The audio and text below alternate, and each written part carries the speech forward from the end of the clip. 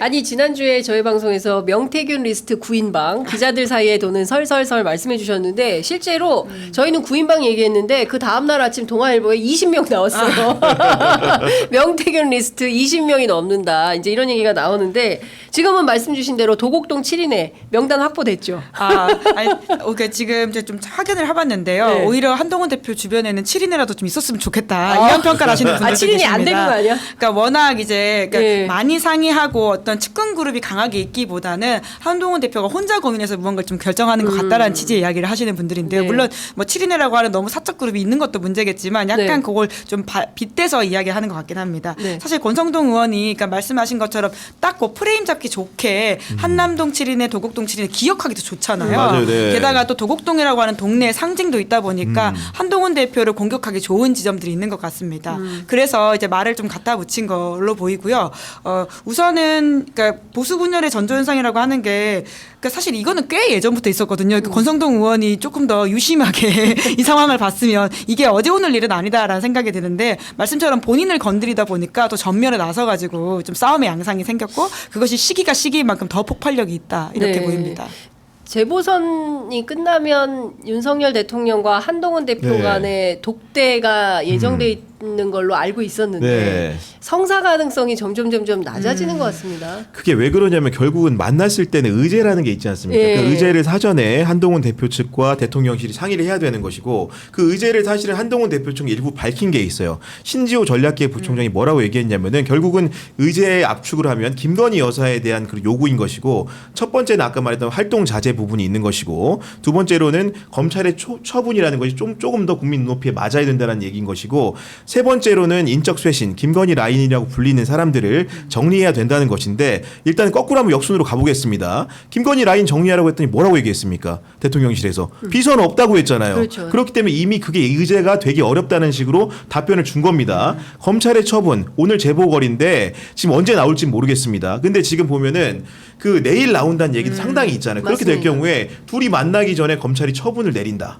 그러면 또 의제 중에 두 번째 의제가 또 사라지게 되는 꼴이 되겠죠. 예. 활동 자제 그 정도 얘기하면 아마 제2부속실로 받을 것 같은데 그런 얘기고 그런 답을 들을 거라면 모두가 뻔히 예측 가능하고 뻔한 답을 들을 거라면 한동훈 대표 입장에서는 윤석열 대통령을 만날 이유가 뭐가 있겠습니까? 한동훈 대표 측에서 아예 그러니까 거절할 그러니까요. 수 있으니까. 그렇기 때문에 뭐 거절을 한다 아닌지는 모르겠지만 다른 의제도 많기 때문에 기본적으로 전국의 핵이라는 것이 김건희 여사와 관련된 의제이고 여러 가지 제안들을 준비해 왔는데 그 의제들이라는 것이 독대도 전에 사라져 버린다면 한동훈 대표 입장에서 굳이 만날 요인이 없어지는 것도 맞지 않습니까? 그러네요. 네. 의정 갈등은 어디로 갔죠?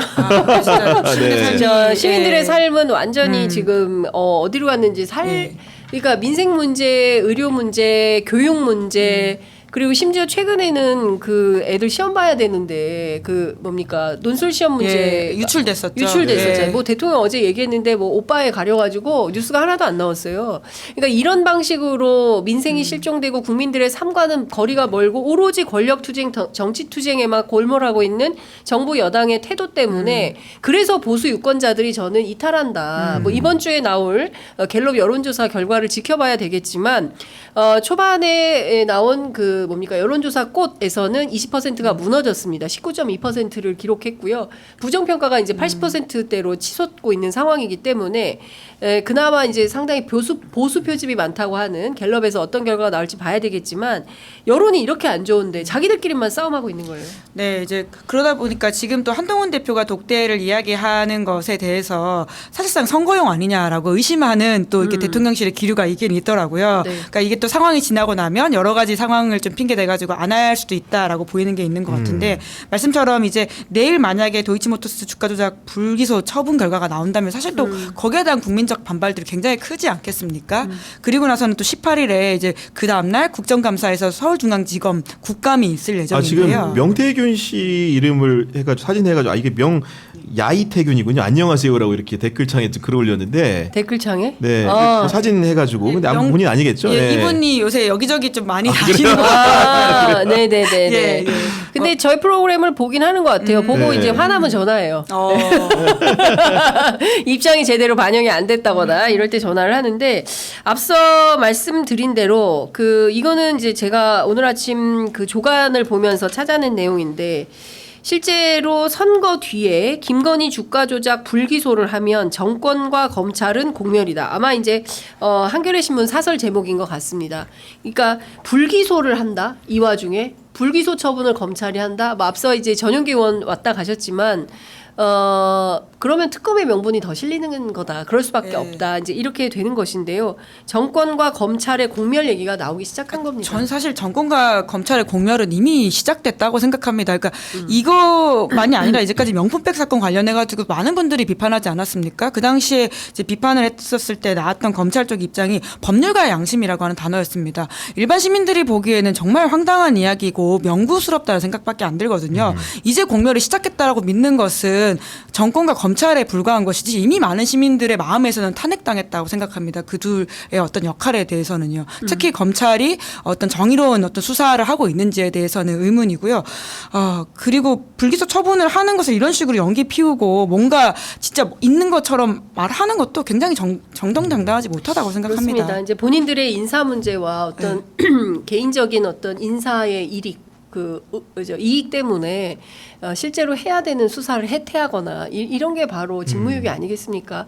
각자 현장에서 자기 일만 제대로 해도 대한민국 잘 돌아갑니다. 왜냐하면 선진국가이기 때문에요. 정치만 조금만 잘해주면 우리가 이렇게 걱정하고 예. 탄식하고 그럴 일이 없을 것 같습니다. 제가 또 하나만 더 덧붙이면 이제 관련해가지고 이제 검찰의 이렇게 뭐라고 해명이라고 하는 게 레드팀을 활용해가지고 우리가 이걸 다 검증을 해봤다. 그것도 기가 그래서 막혔어요, 검찰 수사심의위원회 진짜. 같은데 안 가도 된다 이런 네, 취지의 네. 이야기입니다. 왜냐하면 이 사건 같은 경우에는 당사자인 김건희 여사 혹은 지금 심우정 검찰총장 또는 기관 고발인이어야지 이제 수사심의위원회를 신청할 수 있다고 하더라고요. 근데 이 사건은 이제 최강욱 의원이라고 하는 개인 고발인이기 때문에 불가능해서 김 여사 아니면 심우정 검찰총장만이 수사심의위원회 신청을 할 수 있는데 이제 검찰 입장에서 우리가 왜 수사심의위원회를 신청 안 하고 불기소로 가는지에 대한 항변이 레드팀이라고 하는 건데요. 아니 무슨 선거 캠프입니까?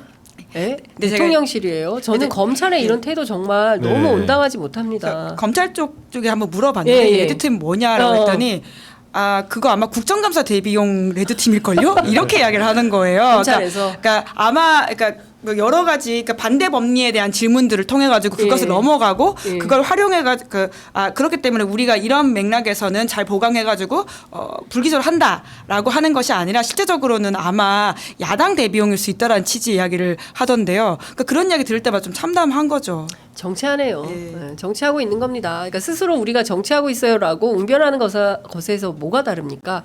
저는 검찰의 이런 태도는 진짜 이러니까 기소청으로 분리해서 빨리 정리해야 된다라는 비판이 나오는 겁니다. 검찰청법 개정안 논의가 윤 대통령이 있는 한 우리는 안전하다라는 게 검찰 내부의 인식이라고 하는데 서영교 의원은 멀지 않았다고 주장하고 있습니다. 지켜보도록 하겠습니다. 자, 오늘 두 분 말씀 너무 잘 들었습니다. 오후에 커피가 됐든 뭐가 됐든 꼭 쏘시기 바랍니다. 네, 투표하시는 게 전제입니다. 예. 투표 꼭 하십시오. 네, 네. 오늘 이제 투표를 꼭 해야 돼. 투표는 정말 시민된 권리이자 의무입니다. 여러분 투표 꼭 하시고요. 부산 또 어디죠? 인천, 예, 전남, 영광, 곡성, 곡성. 그리고 서울. 서울시 교육감 선거. 꼭 네. 투표하시기 바랍니다. 자, 두 분 말씀 잘 들었습니다. 고맙습니다. 네, 감사합니다.